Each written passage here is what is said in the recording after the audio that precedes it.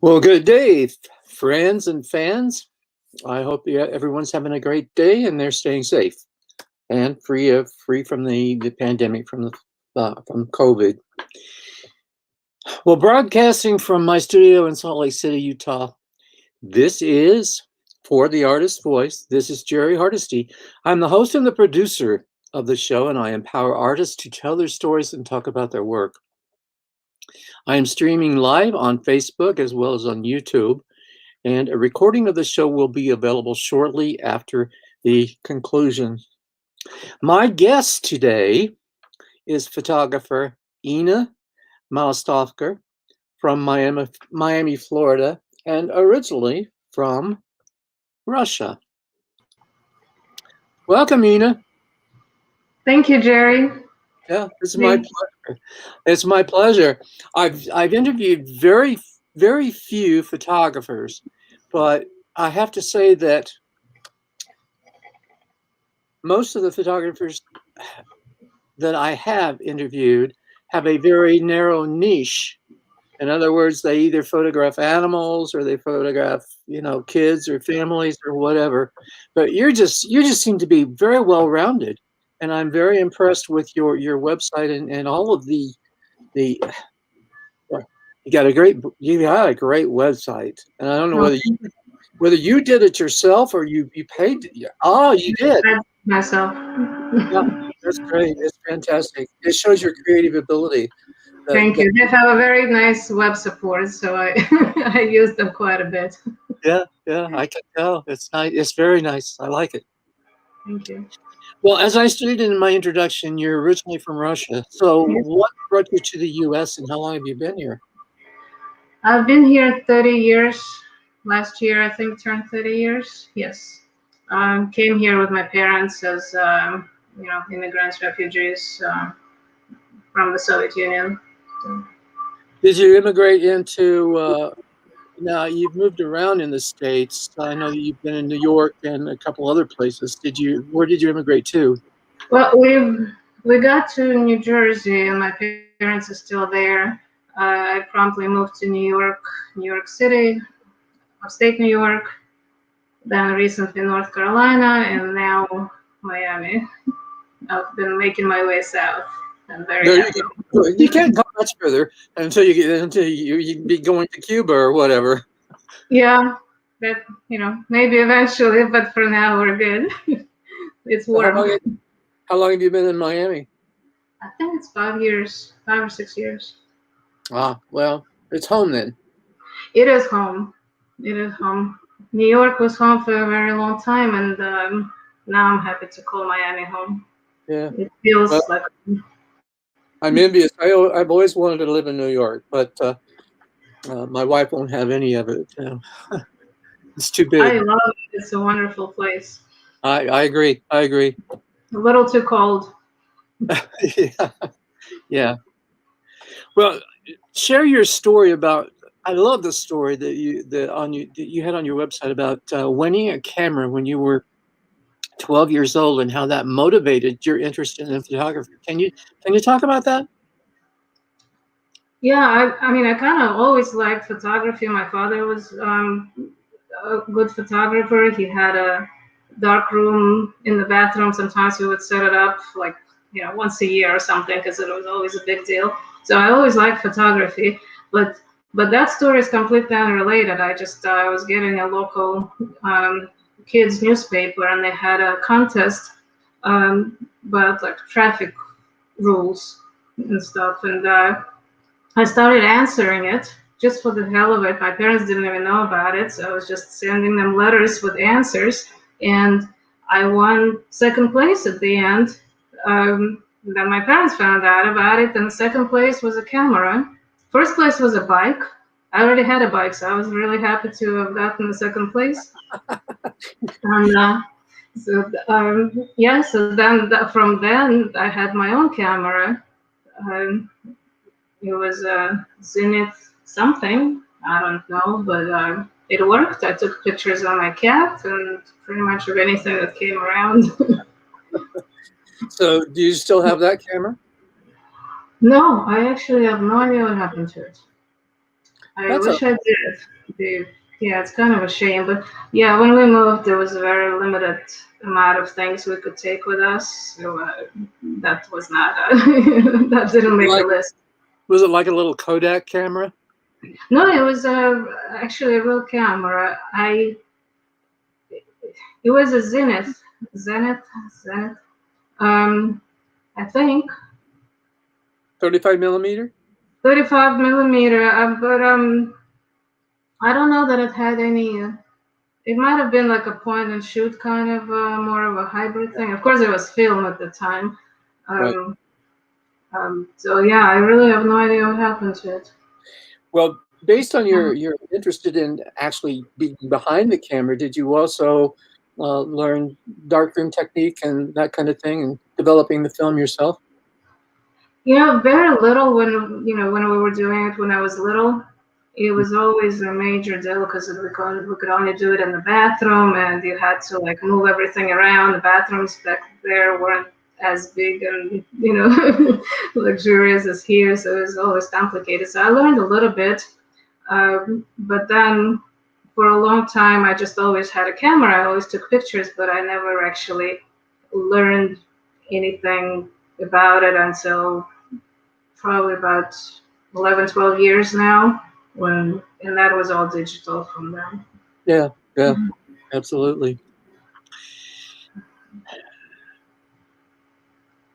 Well, like I said, I really enjoyed your website.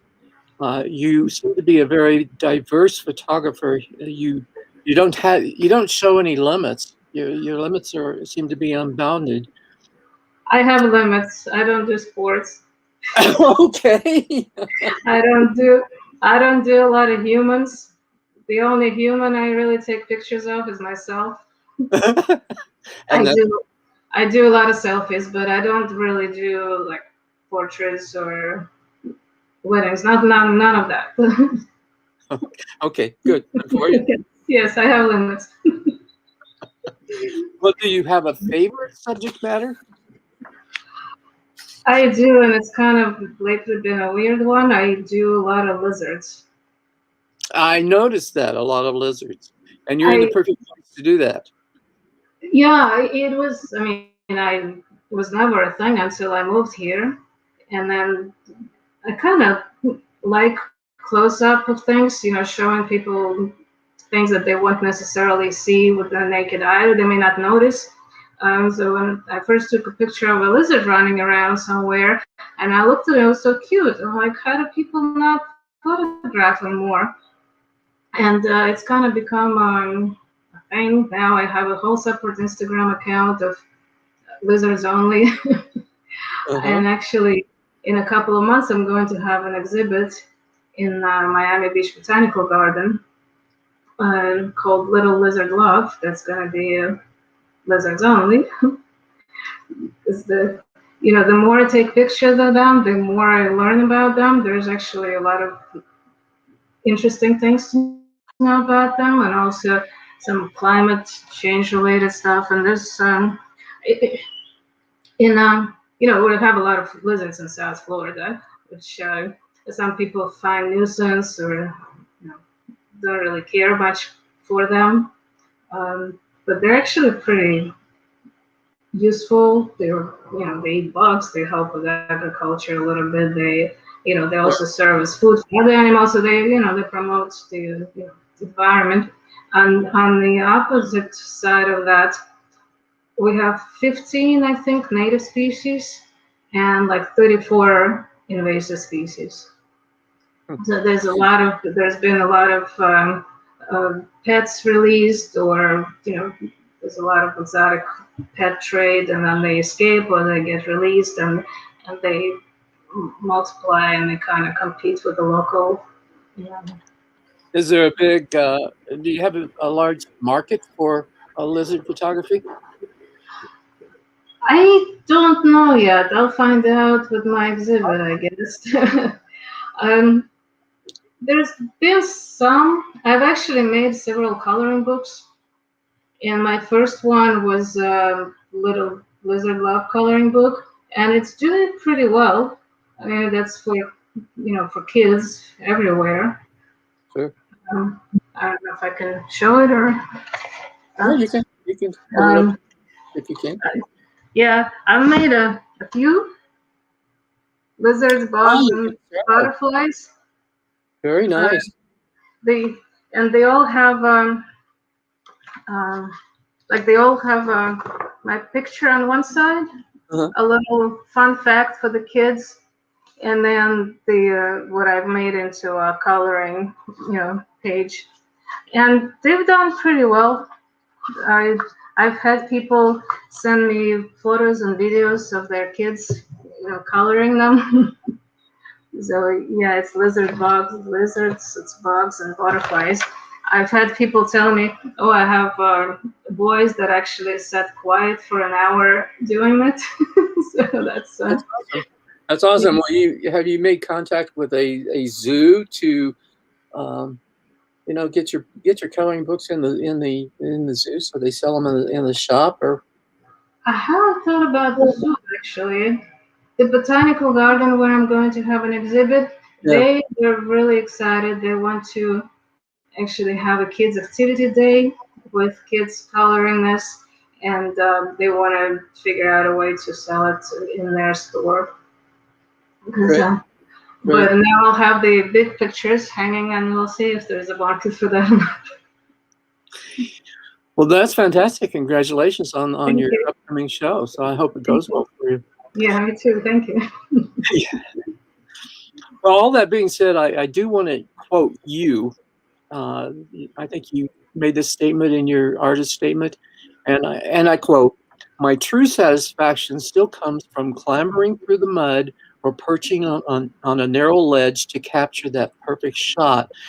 Well, I have to say I cannot imagine you clambering through the mud to get your perfect shot. I think Oh, that's phenomenal. But tell me, what constitutes the perfect shot?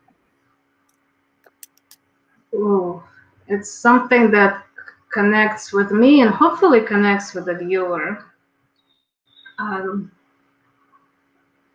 you don't necessarily know until you actually see it. It has to be the right light, it has to be good in color, and more importantly, I want to make something different, Hmm? like not just technically a good shot, but something that's a little bit different, something a little more artistic, whatever that means. But to get that perfect shot, you have to take a number of shots, do you not? Yes. Well, sometimes it's the first one, but that's very rarely the case, especially with animals that don't always pose and follow commands. Yeah, you don't know what they're going to do. No, I mean they're not all trained well for me, so yeah, you have to take a lot of shots or just sit there and wait for a long time. But you don't know if you've got the perfect shot until you get back in the studio and can view all of those. Is that right? Sometimes I have an idea that I got something good, but yeah, you pretty much have to look back in the computer. What the camera LCD shows you, it's not adequate to really tell.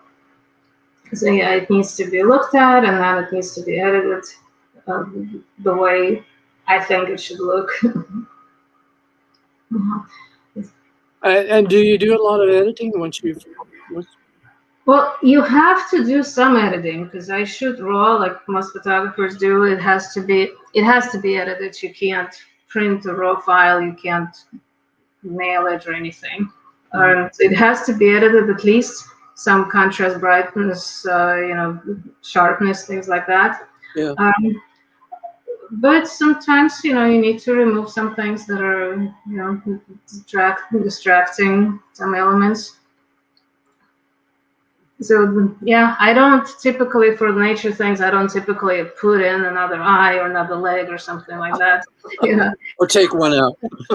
I'll take one out. Yeah. Well, unless they have a spot somewhere I don't like, or a branch sticking out where it doesn't belong. But I do total composites, like digital Hmm. art. I haven't come up with a name for that yet. Montage, composite, edit, whatever you want to call those. where I use my photographs and just create some kind of surreal things.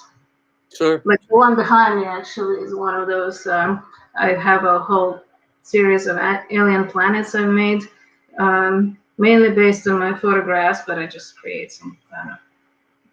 Is that the blue that's on the bookshelf? It is on the bookshelf. Some of it is some of my pictures from Iceland. Some actually the photograph of the planet is from NASA website from their free things, but the sky is mine, and all the other. There's a lot of different layers that go into that.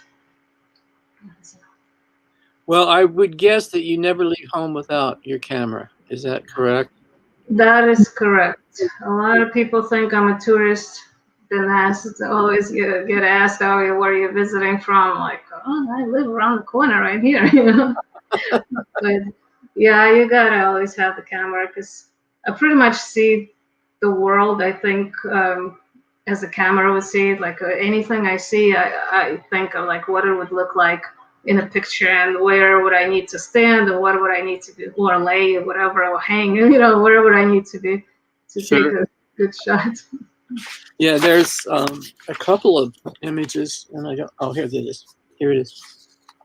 There's a couple of your images that I really, really like, and one of them is the image of. It's a selfie. I think it's a selfie of you with the umbrella and the shadow on the ground. Oh, I thought that was fascinating. thank you. One of the images that you sent me uh, that I really, really liked, was the feather. Oh yeah, I prepared a few images to show you. Feather wasn't one of them. And then a third one, and it is, I assume it's your fingers, blue fingernails, holding a marble. There you go, The fingernails. holding a marble. Okay, that is weird because I actually was debating whether I should even post that to the website or not. Oh yeah, it's very nice. I like it very much. So those are just some of my thoughts. I'm not as interested, I myself, and don't take it personal, but I'm not as interested in landscapes. hmm I'm moving away from that. I mean, I like landscapes. I like anything that's pretty, I guess, and has a lot of color. But I like doing projects, and whatever falls under a project is gonna, I think, just blooms the creativity more. So Mhm. some of the pictures that you mentioned were from a selfie project or from a marble project, or the feather I think was, now I'm thinking it's a different feather. That was from a daily photo project I did during pandemic with some of the friends. So when you actually push yourself to do something, when you have to do something, especially when it's daily, then you tend to come up with some interesting things. Right. Well, I don't recall the image that you submitted for Isolation Chronicles. And by the way, just for anyone who's listening, this is how Ina and I met, because we both participated in Isolation Chronicles that was curated by Sergio Gomez from Art Next Level in Chicago. So what was the image that you submitted for that particular show? It was actually another selfie with the blue mask on and some like weird light because I lit myself with the flashlight through a colander, I think. What do you call it? With the thing with the holes for Yeah, noodles. yeah, Yeah. So the light was spotty, kind of a little freaky. So that was my selfie. That wasn't part of my project I did some years ago, but I'm now very comfortable with doing selfies. So it sure. was in my bathroom with a mask on. Yeah. And that's, excuse me, that certainly fit the requirements for that particular show, because it had to do with um, how did you respond to being isolated during the pandemic. So yeah, great. great image. I'm going to have to go back and look at it again. Thank you. Yeah, I submitted another one, which was also a selfie of me sitting on, like, on the bathroom floor in the corner holding a teddy bear, but he didn't like that one. Sorry, he picked that up You one. know, not everybody likes everything, so and we have to get used to, as artists, we have to get used to rejection, unfortunately. Yeah. Well, I think of it as he picked the best of the best, because you have to do. He could only pick one out of two, so well, Yeah, you know, yeah, yeah. we'll have to assume he liked the other one too. Maybe. Well, I was very surprised to get into that show, so but I was very flattered as well. Yeah. What was your image? I'm Like an Mark. abstract painter, and Mm-hmm. my painting was called Hope.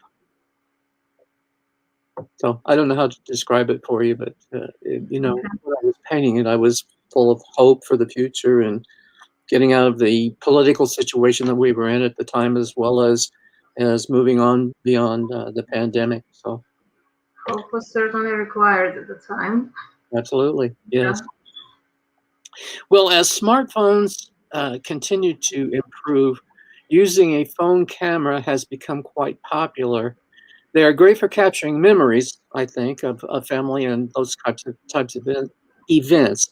But can you get that perfect shot with a phone camera? You can some things, and unfortunately, I think photography has become more, I don't know, less viewed as art now. Well, I don't know if it's ever been, but yeah, I think the smartphone kind of hurts the photography. But you can, if the light is straight on and you're not doing anything special, yeah, you can. But for most of my purposes, it wouldn't work. If you want a blurred background, if you need to, adjust your light correctly, if you want, slow things down, your phone just doesn't do any of that. Yeah. Yeah, we actually had I have a little gallery in Little Havana in Miami, and we had a newspaper that came to photograph all the artists that have galleries in that little, collective type thing. So we were all dressed up, waiting for the photographer, and the girl came with a cell phone, and she took a picture for the front page, with her cell phone. And we're like, really? That's what we're waiting for? Were you insulted? Yeah, well, I mean, it's all right, I guess. It's you could see all the faces. There was nothing special that needed to be done. It was daytime. The light was there, so it works.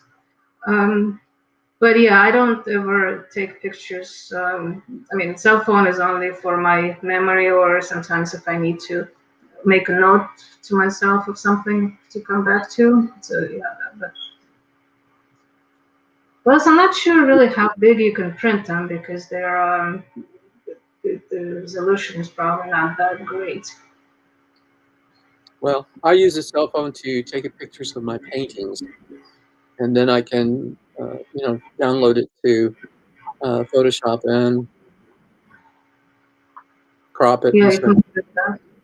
Yeah. Yeah. Well, some artists have a lot of trouble taking photos of their paintings, especially if it's something reflective. I don't know how you do it with a cell phone. I guess you would need to find the right angle. But and on the camera, you can put a polarize and filter on and take away some of the reflections, which I don't think you could possibly do that on a cell phone. Yeah. So anyway, I just can't afford to hire a photographer to take all the pictures of, I mean, Well, because I've seen some of your pictures on Instagram, and they look perfect. They look good. well, thank you. So I think that the most difficult thing is to keep reflections off of your Yeah, work. that But, would be hard. Yeah. but I got a nice big light that I don't know what kind of light you call it, but if it's one that you would use as a photographer in a studio. Diffuse. Hmm. Yeah.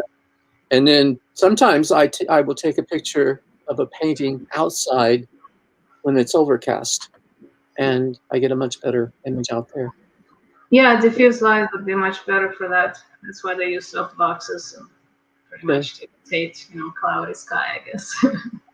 Well, we have very many overcast days here in Salt Lake City because it's, um, well, we have an inversion. It's like smog.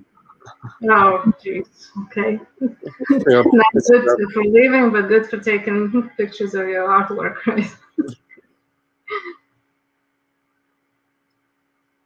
Well, you know, Ina, I may be wrong in saying this, but I think a lot of people do not look at photographers as artists. So, what do you say to those naysayers? Well, that's always a hard one. um, I'm actually putting together a little class now that's going to be part of my exhibit for beginners, for photographers. If you listen to some of the steps that I'm describing, um, that tells you that it's not necessarily straightforward. Just point and shoot, and it's there. Um, so when I get compliments of my photographs look like painting, I think that's probably one of the best compliments you can get as a photographer. Uh-huh. And so some people appreciate it, some not. So I don't really know what to say. It's kind of an issue, I think, for most photographers. Sure. Also compliments like, "Ooh, what a nice camera! You must take good pictures." And sometimes I switch from my wildlife lens to a smaller lens, and I want to say, "Oh, now I'm gonna get bad pictures," because I have a small little lens. Right. Right. So yeah, unfortunately, people don't really understand, and the advance of cell phone cameras make it a little bit harder yet. Right. Right. But I think there's still a lot of people that do understand, and there's some photography museums that are coming up in different parts of the world, just photography.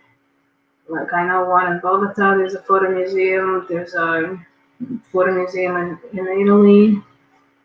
I don't know where else, but sometimes there are photography exhibits, and in the Met, I've seen, in the Metropolitan Museum in New York, I've seen photography exhibits. No, it's coming around a little bit. Yes. Yes. Yes.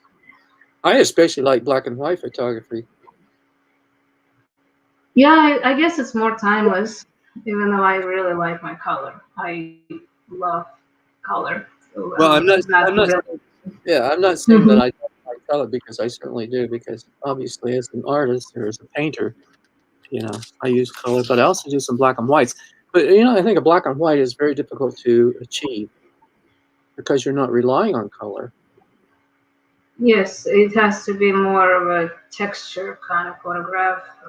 Yeah, it has to emphasize more contrast and texture because you lose colors. Yeah. Yeah, Yeah. yeah. Most of my lizards would not look that great in black and white. No, you couldn't do it. But no, that wouldn't work too well, would it?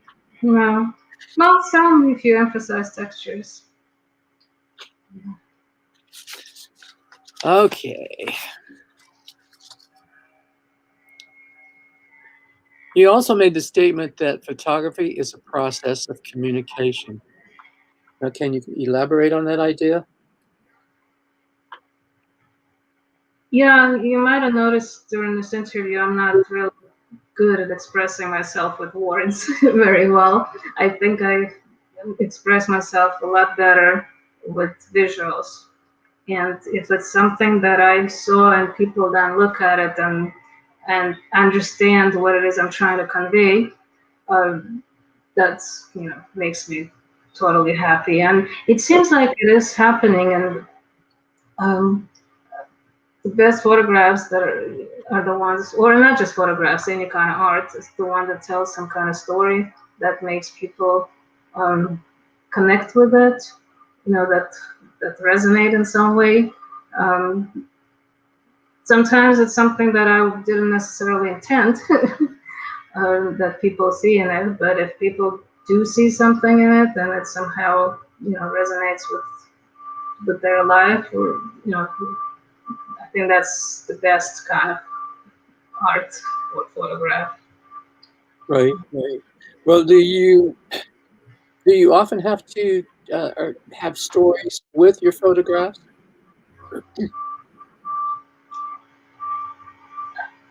I keep hearing that that's a good thing when you post something, say on social media, to provide a story. So I'm trying to do that. It's more of a forceful thing for me, as in I'm not. It's not a natural thing for me. To me, I think an image should really tell a story, and if it doesn't, then maybe it's not that good of an image to begin with. Um, but I try to provide some stories now and again. And usually they're not necessarily, um, what I'm trying to show, but more of some background, either how I got it or something about nature or about like certain species of lizards, for example. Yeah, and I understand what you're saying about it's not natural because I have that problem as well. It isn't always natural to have a story or to tell a story about a particular piece because it comes from within us. It's part of our soul and part of our makeup as creative people. So I find it equally difficult and somewhat unnatural in some circumstances. It But is. Mhm. that's the same thing with coming up with a title for a particular piece. Now, do you title your pieces?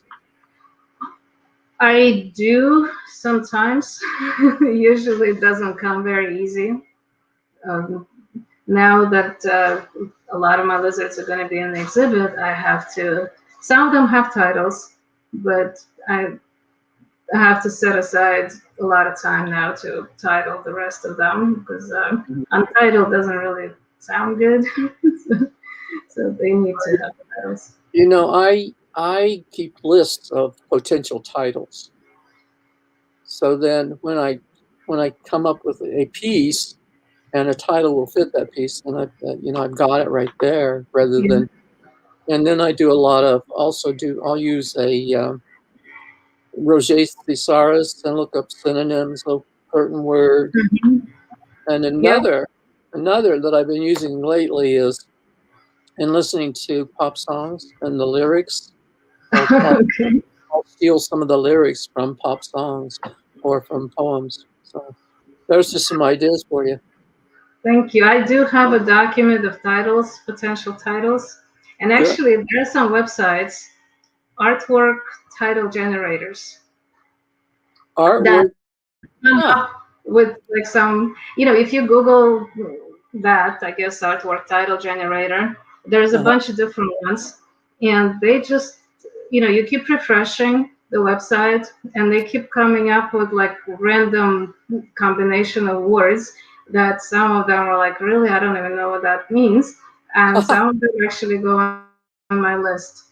And there's also one that I found that was an exhibit title generator. And um, they all have the exhibit ones all have a format of like two words, column, two more words. you know, Mhm. yeah. So I actually used for exhibit we just did daily voices, the photographic introspective. So all exhibit titles are like that, and the artwork titles are either one word or two words. Well, that's awesome. Thanks And for sharing. I'm gonna. sure, I'm gonna it was a really major find for me. I'm really excited. try. Well, you should be an expert at titling your pictures then. Yeah, I wish. Oh shoot. But I'm gonna exercise my skills soon. Well, is there anything about photography that you think you have yet to learn? I mean, I think learning is a lifelong thing that we need to do, especially as artists. There's so much to learn. I am always learning. I constantly. I belong to a couple of camera clubs, several groups, where know we share images, we critique images. Uh, Sometimes go on workshops. occasional classes here and there. There's always things to learn. And actually, now I'm learning a little more about presentation and printing. That's another part, where for artists, painters, for example, that's it's not part of the process. You create on a paper, canvas, or whatever. So you decide that first, and then you paint on there. For us, we create things digitally, and then you have to decide, or sometimes you have that in mind ahead of time. You have to decide how to present it. And I've only started exhibiting maybe a couple of years ago and getting a little more serious into that now, into printing and whether it goes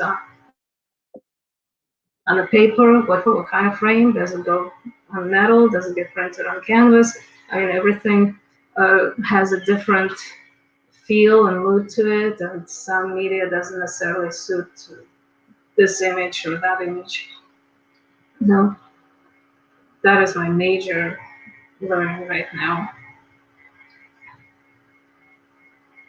Well, now, okay, on the application that you sent me, the form that you sent me, it indicated that you're an amateur. I don't believe it.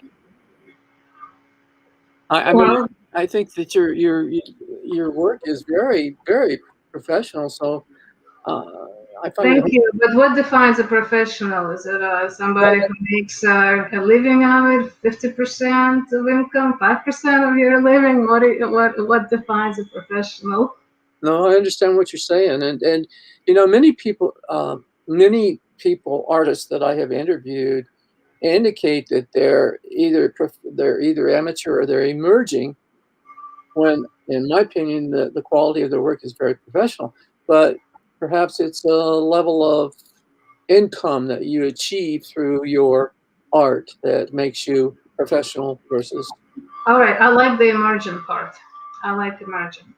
Maybe that's where I'm Okay, at. I'm hoping for something. I don't really know what it is that I'm hoping for, but something a little bigger than what I got right now.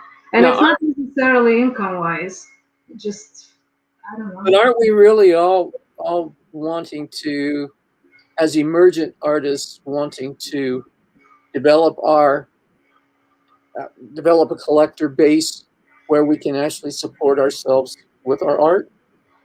Yes, that would be awesome.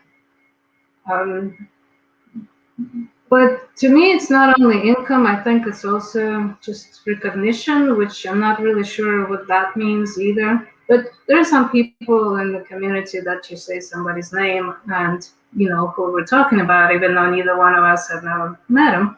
And so if you say Inna Malostovker, it'd be like, who? So But you say we need recognition. We do need recognition. I think that the sales of our work is in fact validation. It's just like being accepted in this show, Isolation Chronicles. That's really a validation of our work. That hey, our work is very up to standard and quality work. yes, that is true. And every time if I participate in any contest or you know collective exhibit where juried exhibits and you get selected, that's always a nice feeling. Sure. Yeah, lately I've been getting more of those. I Right now I think I have pictures in at least two juried exhibits I can think of. There's one in San Diego and one in the Flamingo Garden here in Florida. And that's always a very nice feeling. It is. But it hasn't really come back to me in any way to, you know, I haven't seen any payoff from that. I'm not sure if that's the right way of saying that. Maybe somebody have learned my name, maybe not. But it is a nice feeling for yourself, though. It is very much so. So, do you have any future aspirations? My major plan for this year was to get me a lizard exhibit, and that I've achieved. I'm very happy about it. I want. I'm working on a series of digital art that is not, not straight photography, but a series of kind of like I did the planets. I'm doing birds that are all grungy with a lot of texture, and it's all digital art. And so I haven't decided on how I'm going to present it, or where for that matter. So that's kind of end of the year plan. More long-term aspirations, I would love to be in some museums, but I'm thinking of trying to get into mixed media somehow, one way or another. It goes back to your point of people not viewing photography as art, Mm-hmm. and I absolutely love what I do, and I wouldn't want to get away from photography, but if I could add on to it somehow to make it an original piece rather than a print, Mm-hmm. um, that's that's been on the back of my mind for a little while now. Well, some artists, or I'm saying visual artists, as in painters, will take a print and enhance the print by actually painting on the print. Yeah, and that's something I may look into it. One of I'm still a member of the Art Next Level Academy with Sergio, and one of my good friends now through there, even though we never met, but we're become good friends. She's a paper cut artist, and I've taken several workshops with her, and I've learned a lot from her. With the little, I mean, she creates wonderful sculptures with paper cut. But I learned just some basic things that look kind of really cute, and I was trying to figure out how I can uh, integrate that with my photography. I'm not sure that's ever going to happen, but I'm still thinking of what I can do about that. No, I understand. We as artists, we have a lot of ideas, and there's just not enough time to implement all of them. No, and things keep coming up where other ideas get put on the back burner a little bit. I'm very excited about this exhibit now with the lizards, but it put a lot of things on the, you know, towards after, because now I have to decide which images exactly go into it, print them, frame them, working on the artist talk, working on this class, working on the promotional video for myself. uh, You've got a lot on your plate. I do. Now, I do have a million other projects that are happening do you also around. have a full-time job? I have it's not really full time, it's an intermittent job, but I do work quite a bit. So, yeah, I have a job. We've created something called International Online Art Collective. So, I belong to this art collective where we're trying to grow and have a lot of projects happening there. We're actually going to have an exhibit on the Earth Day. It's a virtual exhibit we're releasing, but um, I'm organizing it along with one of the members. So that's a lot of work. Somehow I Well, have to fit that in. well, you already have a very, very healthy resume. Oh, I enjoyed looking at all your accomplishments.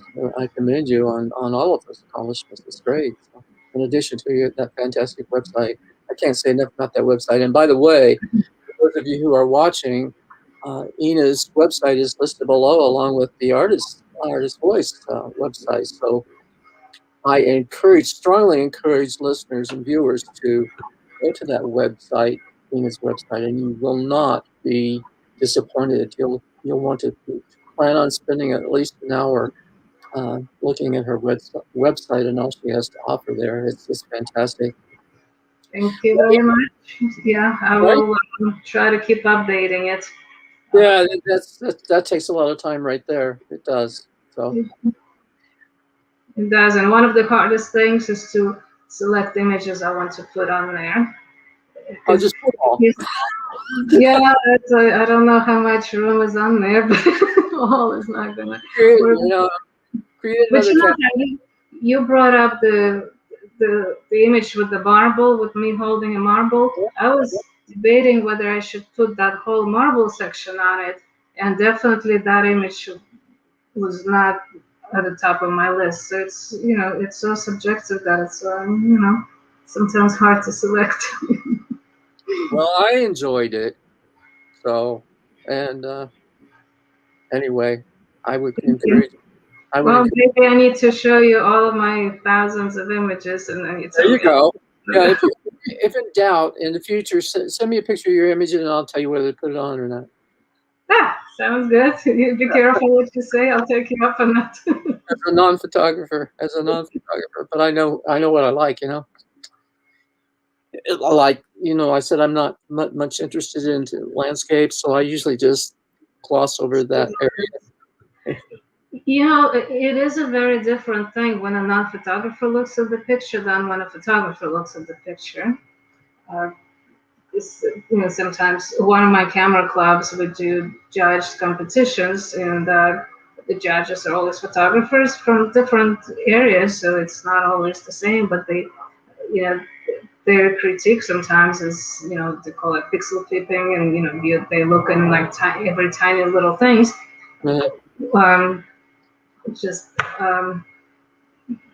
where like some of those things that wouldn't work for photography, so it gets scored down because of something that they saw, where in art, in painting, that would be the technique you'd be using to create a good painting.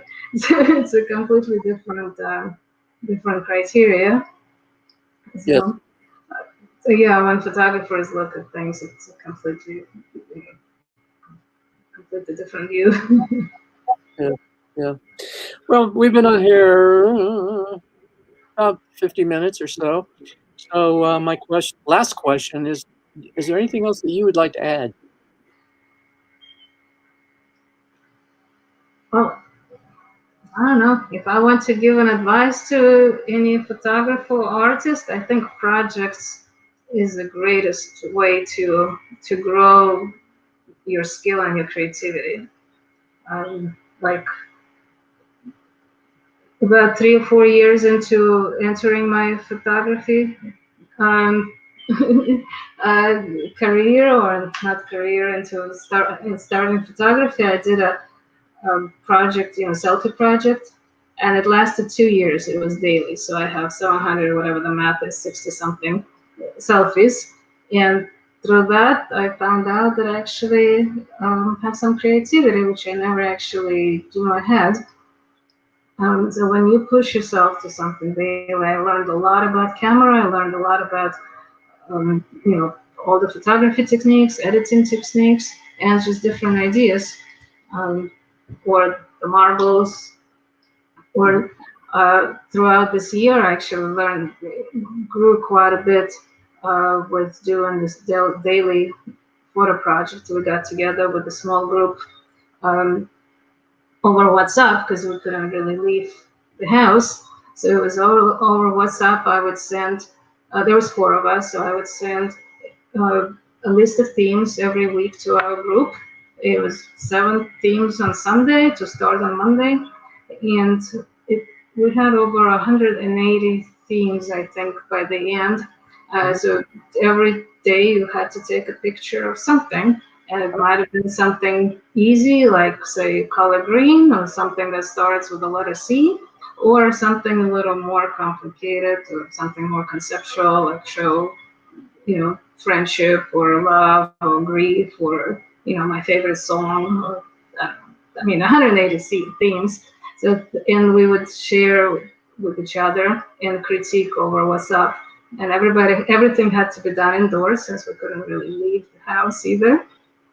Um, and with that, we all grew a lot. And I don't, you know, I guess it's a little bit easier for photographers since usually our process doesn't take as long as the, say, painting or sculpture. Um, did take quite a bit on some pictures. You had to decide, you know, come up with things, you know, find some junk in your house to put together, you know, for a picture. I think that's where one of those feathers came from, is from that project. And yeah, you learn a lot. I was suggesting it to some artist friends, not photographers, that maybe it could be a week that you could do it, but I think you really learn a lot about yourself and about the art you're working on. The process. Yeah, the Yeah. process itself.